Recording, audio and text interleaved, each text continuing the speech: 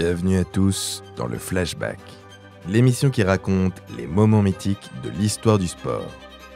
Si la NBA tente aujourd'hui de préserver une image immaculée, avec des superstars exemplaires, respectueuses des valeurs du fair play, eh bien, ce n'a pas toujours été le cas.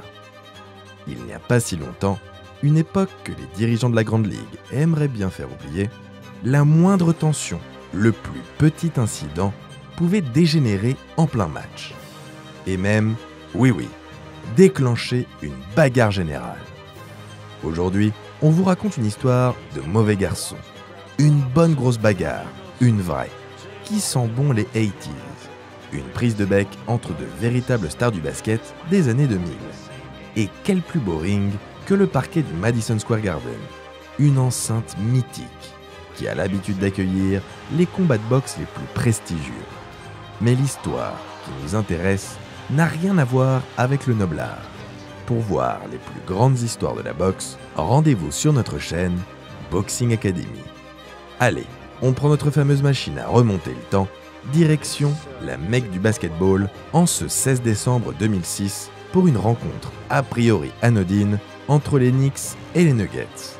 Vous êtes prêts? Let's go!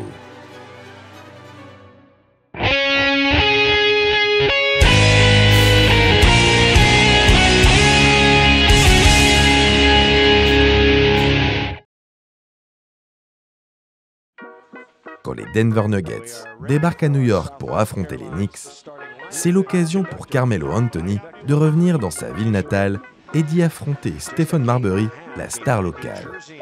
Un enfant de Brooklyn, lui aussi. Dans les rues de Gotham, le duel fait saliver tout le monde.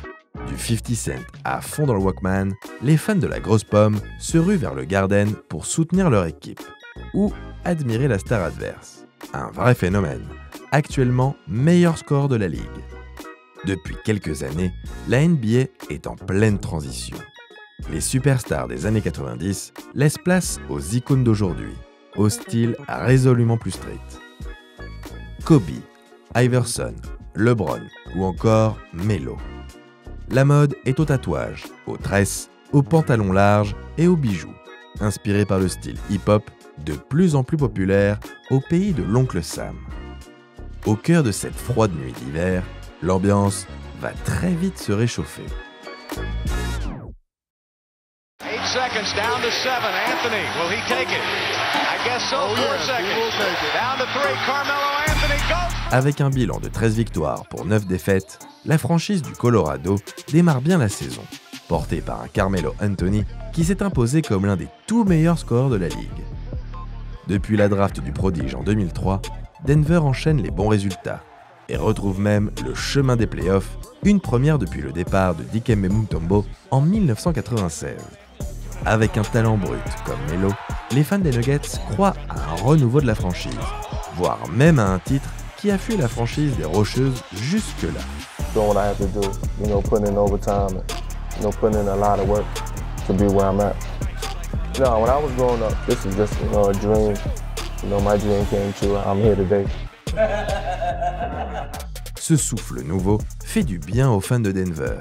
Et le jeu très offensif de la superstar régale les supporters chaque soir.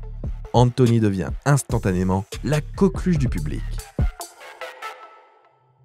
Du côté des Knicks, le ciel n'est pas aussi bleu.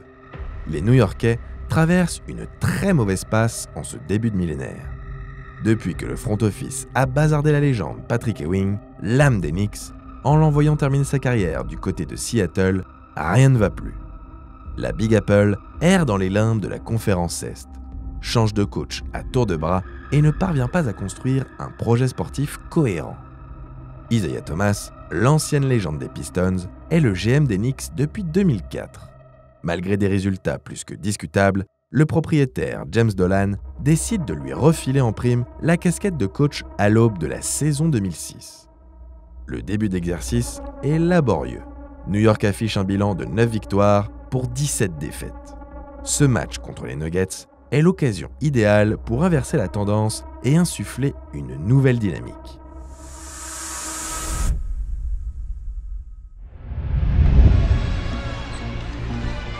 Eddie Curry jumping against Marcus Camby.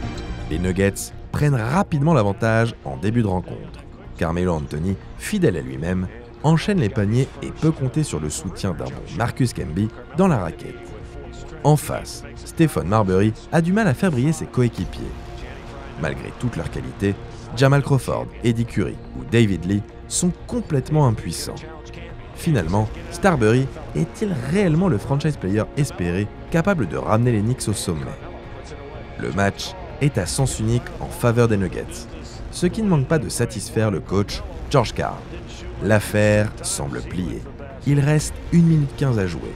Melo a noirci la feuille de stats avec 34 points et Denver compte 19 points d'avance. Pourtant, Karl ne fait pas tourner son effectif et laisse tous ses starters sur le terrain, ce qui ne plaît pas vraiment à l'ancien bad boy. Zeke est un ancien, élevé à la dure par Chuck Daly. Quel intérêt de laisser ses meilleurs joueurs sur le terrain alors qu'il n'y a plus de suspense? Pour la légende des Pistons, ça ne fait aucun doute. George Karl veut lui faire regretter d'avoir viré son ami Larry Brown quelques mois auparavant. Pourtant, l'aventure de Brown à New York n'a pas été de tout repos. Auréolé de son titre surprise avec les Pistons en 2004, il débarque dans la Grosse Pomme, sa ville natale, avec de grandes ambitions. Mais son job de rêve se transforme en cauchemar. Il ne parvient pas à trouver un équilibre dans l'équipe et part au clash avec Marbury. Résultat, les Knicks glanent 23 pauvres victoires, le pire bilan de l'histoire de la franchise. Alors, pour venger son camarade, George Karl cherche à aggraver le score et à humilier les Knicks.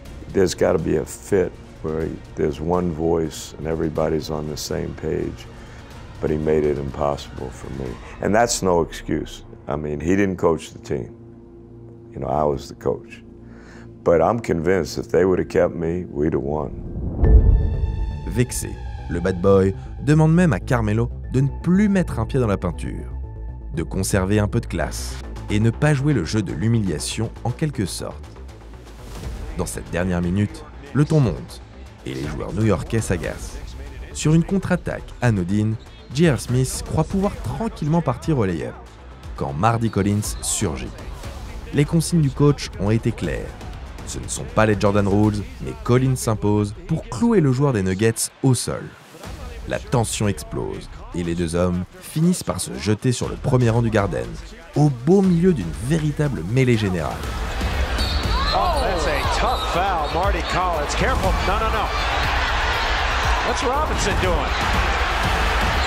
Nate Robinson, I don't know what. We got a bad incident here.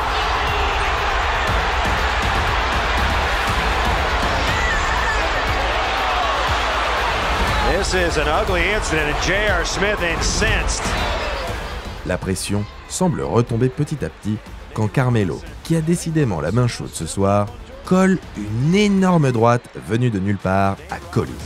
Nate Robinson now stepping up on George Karl. Now Karl grabbing. See, he's got Smith. There it goes again. Look at this. Le joueur des Knicks, furieux, veut en découdre sur le champ. Mais la star des Nuggets recule et finit par prendre la fuite, sans demander son reste. Ce qui est sûr, c'est qu'il n'aura pas de médaille pour récompenser sa bravoure. La sanction ne se fait pas attendre. Tout le monde dehors. Les 10 joueurs présents sur le parquet sont renvoyés au vestiaire. Et ce qui leur pend au nez, ce sont des sanctions lourdes. Très lourdes. Ben to the rack, lays it up, no, but we do have the whistle to foul. Ben just went after Artest. We got trouble right here in Motor City. Depuis le tristement célèbre Malice at the Palace, la Ligue ne tolère absolument plus de tels écarts de conduite. À l'époque, 146 matchs de suspension avaient été distribués aux différents acteurs de cette nuit infernale, dont 86 pour le seul Ron Artest, qui avait dû manquer tout le reste de la saison. Depuis, le commissionnaire David Stern veut lisser l'image de la NBA et éviter à tout prix que des violences se reproduisent. Pour ça, il renforce la sécurité afin d'empêcher les contacts directs entre les fans et les joueurs. Mais surtout, il instaure le controversé dress code. Fini les voyous de la Grande Ligue. David Stern ne veut que des bons garçons, classe et élégants. Il veut bannir l'esthétique hip-hop de la NBA. Depuis la fameuse draft 96 et l'arrivée d'un certain Allen Iverson en NBA, le commish se fait des cheveux blancs. il ne comprend pas ce nouveau style dont raffolent ses joueurs. Cette culture, que certains qualifient de gangsta, ne lui plaît pas du tout. Ce n'est pas tant idéologique. Il craint surtout de perdre l'intérêt des fans plus conservateurs, ce qui ne serait pas bon pour les affaires. Au fil des incidents et des nouveaux règlements de plus en plus stricts, c'est un véritable choc générationnel qui s'installe entre les joueurs et les instances. Qu'un tel débordement se reproduise à peine 2 ans après la bagarre générale au Palace, c'est impensable. Mais qu'un des joueurs les plus populaires de la Ligue soit impliqué, c'est intolérable. Surtout, c'est l'occasion de frapper un grand coup. La sanction tombe. 4 matchs pour Jared Jeffries, 6 pour Mardy Collins, 10 pour Nate Robinson et J.R. Smith et 15 matchs pour le meilleur scoreur de la Ligue. Et dire que la suspension aurait pu être encore plus lourde s'il n'avait pas lâchement fui après son coup mesquin. L'ailier des Nuggets doit également s'acquitter d'une jolie amende de 640 000 $. Même chose pour les 2 franchises, qui versent chacune 500 000 $ de dédommagement à la NBA. L'addition est très salée. Dans cette histoire, Carmelo Anthony pense être le bouc émissaire. Selon lui, la NBA cherche à faire de lui un exemple, histoire d'éviter que de tels débordements ne se reproduisent. Plusieurs observateurs pensent que son image est ternie et qu'il restera dans les mémoires comme l'homme qui a frappé Collins avant de s'enfuir. Heureusement pour lui, il n'en sera rien. Aujourd'hui, on retient plus le joueur pour son talent de scoreur inarrêtable, sa panoplie offensive si élégante et pour cette bague qui lui échappe, encore et toujours. Pour terminer notre enquête, il ne reste plus qu'à déterminer une chose. Qui est à l'origine de cette satanée embrouille? Quel est le génie du mal qui a réussi à faire dégénérer un garbage time banal de saison régulière en épisode infamant de l'histoire de la Grande Ligue? On l'a vu, Isaiah Thomas enrage du manque de fair-play supposé du coach des Nuggets qui aurait cherché à l'humilier. Mais George Karl, lui, affirme que c'est l'entraîneur des Knicks qui a allumé la première étincelle. And it's absurd. He's a jerk for what he's trying to do. Zeke aurait-il vraiment encouragé ses joueurs à durcir le jeu? Leur aurait-il donné pour consigne d'interdire toute pénétration dans la raquette avec une défense plus que physique? Ce serait surprenant de la part de l'ancien leader des Bad Boys, double championne NBA, connu pour son jeu rugueux et pour ses coups bas. À l'époque, les débordements et les bagarres étaient monnaie courante en NBA, et surtout, bien moins lourdement sanctionnés qu'aujourd'hui. Il n'était pas rare d'observer une mêlée générale sur les parquets, souvent provoquée par les Bad Boys de Détroit d'ailleurs. Il faut dire qu'avec Bill Laimbeer, Dennis Rodman et Isaiah Thomas dans la même équipe, il fallait s'attendre à des coups de vis et des fourberies. Une réputation que l'équipe s'est taillée pendant une décennie et qui colle encore à la peau de la légende de Détroit. Difficile de croire à son innocence, surtout quand on sait qu'il tente de ressusciter l'esprit de ses Bad Boys à New York. Mais finalement, faute de preuves flagrantes, le coach des Knicks ainsi que celui des Nuggets sont épargnés par les suspensions. Quelques jours après cet incident, et pour répondre à la suspension de son meilleur joueur, la franchise du Colorado frappe un grand coup. Elle attire le 2e meilleur scoreur de la Ligue, un certain Allen Iverson, The Answer. C'est un fort caractère de plus qui pose ses valises à Denver. Malheureusement, la sauce ne prendra jamais entre Melo et AI. À croire qu'il ne suffit pas d'avoir le même style vestimentaire pour être complémentaires sur les parquets. Les Nuggets terminent la saison régulière à la 6e place de la conférence Ouest et s'inclinent sans briller face aux Spurs, futurs champions.